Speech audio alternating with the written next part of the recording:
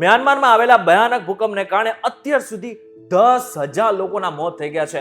અનેક લોકો ઘાયલ છે. સેંકડો લોકો ઘર વિહોણા થઈ ગયા છે. મોટી મોટી બિલ્ડિંગો જમીનદોસ્ત થઈ ગઈ છે. પરંતુ એક મિનિટ, આ બધું જ થવાનું છે એનો અંદાજો તો કુદરતે પહેલા જ આપી દીધો હતો. થોડા સમય પહેલા જ કુદરતની એવી અલગ અલગ ઘટનાઓ આપણી સામે આવી હતી કે જે બતાવતી હતી કે કંઈક ખોટું થવાનું છે, કંઈક અલગ થવાનું છે. ત્યારે મ્યાનમારમાં જે ભયાનક ભૂકંપ આવ્યો છે એનું આ વસ્તુ સાથે શું કનેક્શન હોઈ શકે છે જાણીશું આજના ખાસ વિડીયોમાં.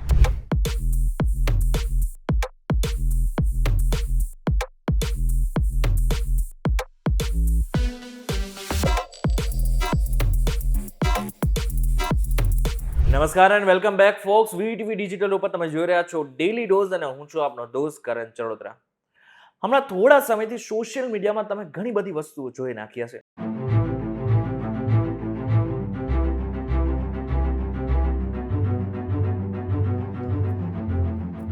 અમુક એવી વસ્તુ પણ જોઈ કે જે કદાચ તમે અત્યાર સુધી ક્યારેય નહોતી જોઈ. ઓરફિશ એક એવી માછલી કે જે દરિયાની સપાટી ઉપર ક્યારેય નહોતી આવતી. એ માછલી અત્યારે દરિયાના સપાટી ઉપર જોવા મળી.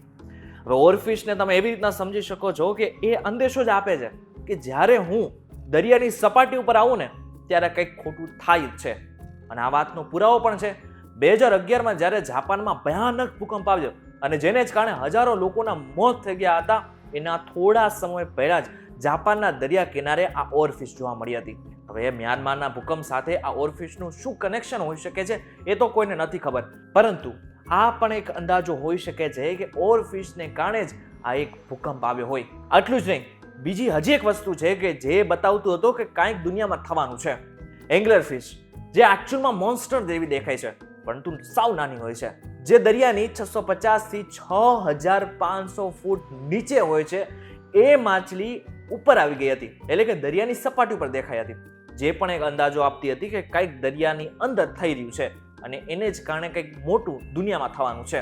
કદાચ આ વસ્તુ તમારા મગજમાં ઉતરી નહીં હોય, પરંતુ હવે ધર્મ વિશે પણ વાત કરી લઈએ કે ધાર્મિક ગ્રંથમાં શું લખેલું છે.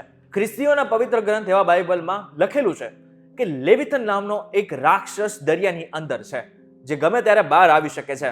અને જ્યારે આ લેવિથન નામનો રાક્ષસ જ્યારે દરિયાની બહાર આવશે ને ત્યારે ભયાનક એવી વસ્તુઓ થશે અને કુદરતી આફત પણ આવશે. આ લેવિથનને વિશાળ સમુદ્રી દાનવ પણ કહેવામાં આવે છે. હવે મ્યાનમારમાં જે ભૂકંપ આવ્યો ને એને જ કારણે અનઓફિશિયલી 10,000 લોકોના મોત થઈ ગયા છે. હવે એનું કનેક્શન આની સાથે શું હોઈ શકે એ કોઈને નથી ખબર, પરંતુ ઘણા બધા લોકો એમ કહી રહ્યા છે કે આનું કનેક્શન આની સાથે હોઈ શકે છે, એટલે કે કુદરતે પહેલેથી જ અંદાજો આપી દીધો હતો કે કંઈક થવાનું છે. જો બીજી બાજુ વિજ્ઞાનની વાત કરીએ તો શા માટે થઈને મ્યાનમારમાં ભૂકંપ આવ્યો છે, સૌથી પહેલા એની વાત કરી લઈએ. જો સાયન્ટિફિક રીતે આ ભૂકંપને સમજીએ તો મ્યાનમાર એક એવી જગ્યાએ છે કે જ્યાં ઇન્ડિયન પ્લેટ યુરેશિયન પ્લેટ સાથે ટકરાય છે. આ ટકરાવના કારણે ત્યાં સતત દબાણ બિલ્ડઅપ થાય છે. જ્યારે દબાણ ખૂબ વધી જાય ત્યારે પ્લેટો એકબીજાને ધક્કો મારે છે અને ભૂકંપ સર્જાય છે. આ તો થઈ વિજ્ઞાનની વાત, પણ ઘણા બધા લોકો એમ કહી રહ્યા છે કે કુદરતે એક ઇશારો આપ્યો છે કે જે થયું છે એનો અંદાજો મેં થોડા સમય પહેલા જ આપી દીધો હતો. ત્યારે તમે શું માનો છો કે આ જે થયું છે એ શું કામ થયું છે?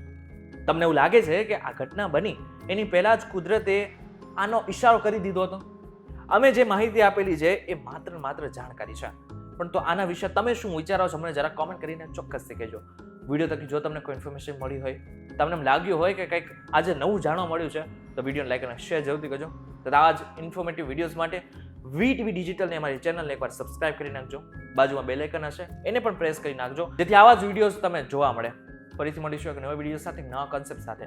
ત્યાં સુધી મને રજા આપો. નમસ્કાર.